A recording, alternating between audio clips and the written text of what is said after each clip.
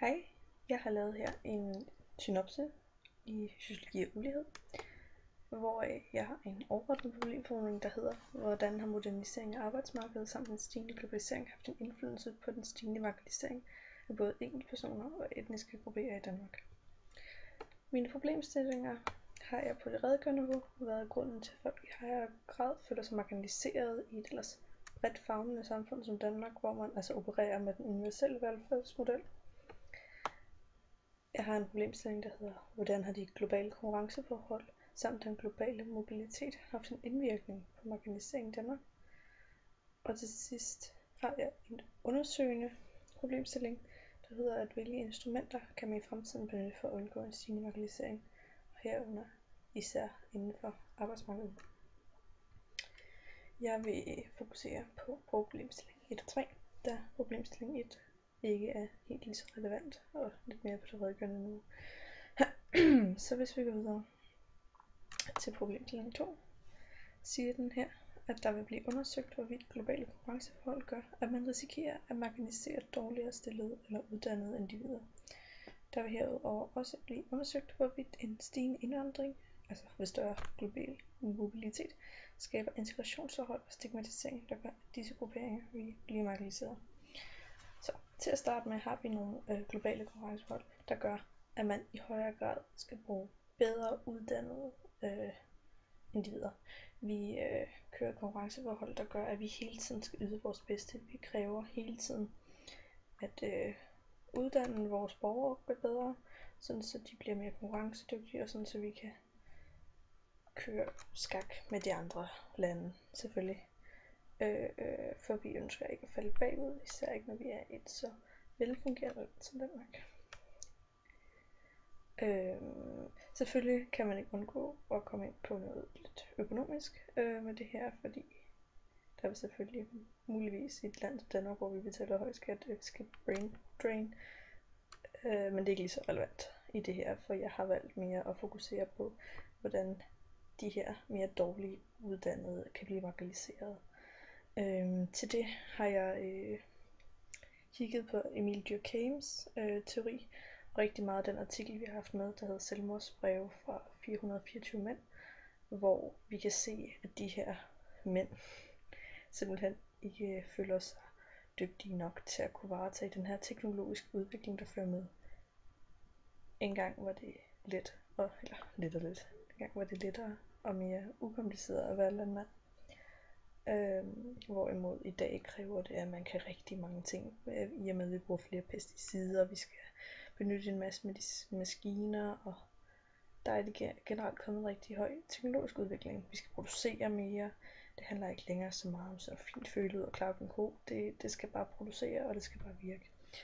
Det samme har vi på rigtig mange andre arbejdspladser, hvor man tidligere har kunnet blive rengøringsassistent uden en videre uddannelse, hvor man nu kræver en meget kort uddannelse, eller måske nogle kurser generelt, så taber vi den ældre generation, som ikke rigtig kan følge med, eller ikke rigtig har det sociale med, eller på en eller anden måde føler sig marginaliseret, eller bliver marginaliseret og udladt af vores samfund, hvilket jo selvfølgelig er højt problematisk.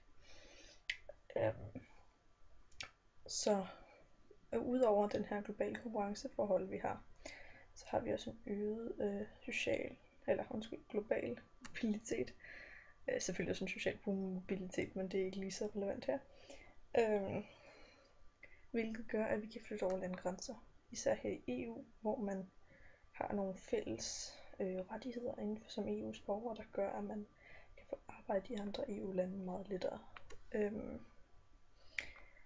Så en problematik ved det er jo også, at vi får en masse både rigtig kvalificeret og god hjælp ind, hvilket jo er godt på sin vis for vores arbejdsmarked, så fremt at de bliver og betaler skat på den måde, vi er bygget op her. Til gengæld kan det jo så også backfire lidt og gøre, at nogle af vores egne borgere føler sig marginaliseret igen.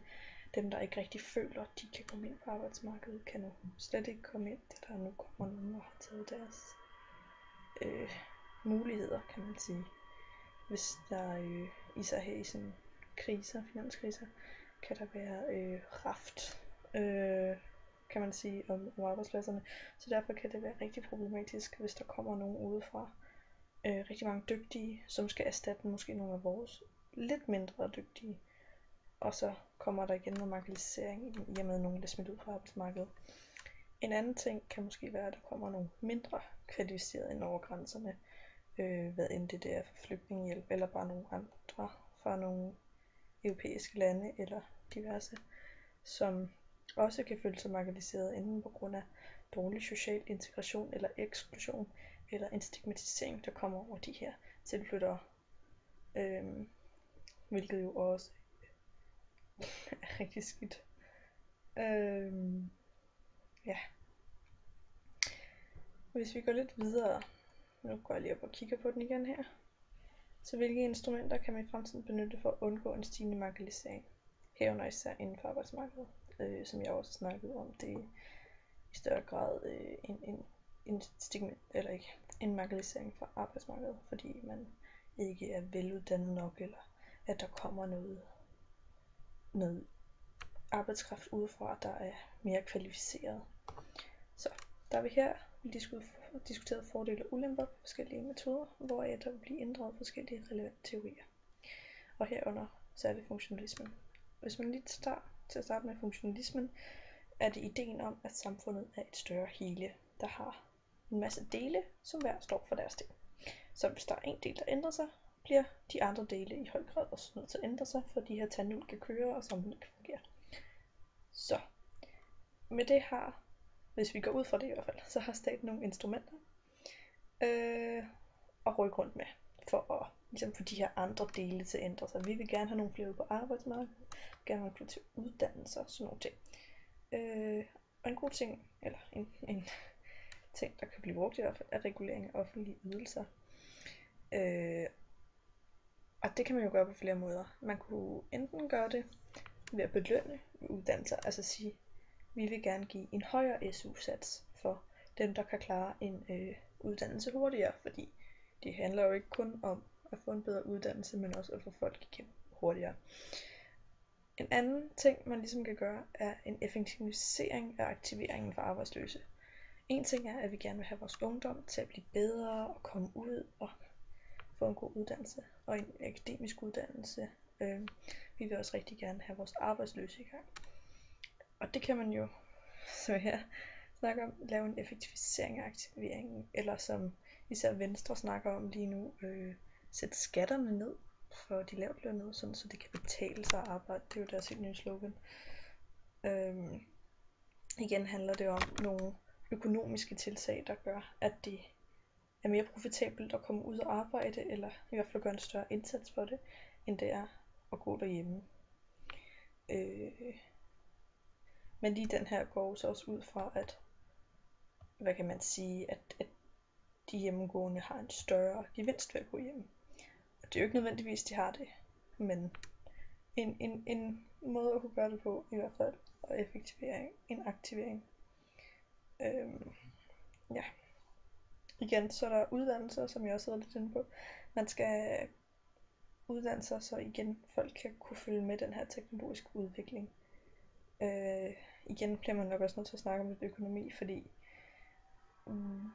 et samfund, som det universelle samfund her, og den velfærdsmodel, der kører her, der bliver man rigtig meget nødt til at få tingene og tandhjulene til at køre rundt, for ikke at komme ind og få en latent dysfunktion, som vi lidt har i gang i lige nu. Samfundet vil gerne have, at virksomhederne kan tillade sig at fyre mere, at der i hvert fald bliver sådan en mobilitet på arbejdsmarkedet, virksomhederne kan få de gode ind, få de mindre gode ud, og altså folk kan gå ledige lidt, men de kan også hurtigere blive ansat igen. Der er det her gode flow i det. Og det er der ikke, hvis vi har en hel masse, der går uden for arbejdsmarkedet. Fordi det er en mulighed. Hvis man ser på andre lande, hvor det overhovedet ikke er muligt at få nogle særlige sociale ydelser. Der selvfølgelig så lever folk under fattigdomsgrænsen, men vi ser også folk, der tager underkvalificerede jobs, hvor vi steder som i Danmark hellere vil undgå det. Så helt klart skal man også kigge på, selvfølgelig kan man få relativt eller absolut fattigdom ved at fjerne statsydelser eller gøre dem mindre, men det kan måske endda også gøre, at folk tager underkvalificerede jobs, eller får den der ekstra gnist for at komme ud på arbejdsmarkedet. Ja. Og igen, så er der det her med den latente funktion. Vi har et velfærdssystem, som gør, at vi ønsker, at der skal blive noget mere god mobilitet og mere chance for både de private og det offentlige for at rykke rundt, og folk skal ikke være bange for at springe ud i nye jobs. Fordi hvis de ryger ud af jobmarkedet, så kan de ryge på kontanthjælp, de har det her faldnet, men det går hen og bliver en latent dysfunktion, fordi det er altså undskyld, det var ikke en latent funktion før, det var en hvad var det? Det kan jeg ikke huske. Nu snyder jeg lidt. Der var det lige her. Et manifest var det. Yes, det var altså den ting, man ønsker at få. Hvorimod en latent funktion er mere en konsekvens, man ikke havde regnet med. Men det går altså hen og bliver en latent dysfunktion i det med, at folk simpelthen bare tager det som et helle. Ja. Men ja, nu når jeg ikke så meget med en konklusion, men lige her til sidst vil jeg bare sige, at med hvad angår terminsprøven, så kunne jeg godt tænke mig at kigge mere på beregninger, fordi det er jeg ikke så skide god til. At aflæse tabeller kunne også være godt. Jeg synes nogle gange tabelbeskrivelser kan være virkelig frustrerende og besværlige, og nogle gange så kan man tænke, nu har jeg den, og så får man opgaven tilbage for at vide, det havde du ikke. Ellers så bare repetition generelt, tror jeg. Det er sådan lidt det. Men ja.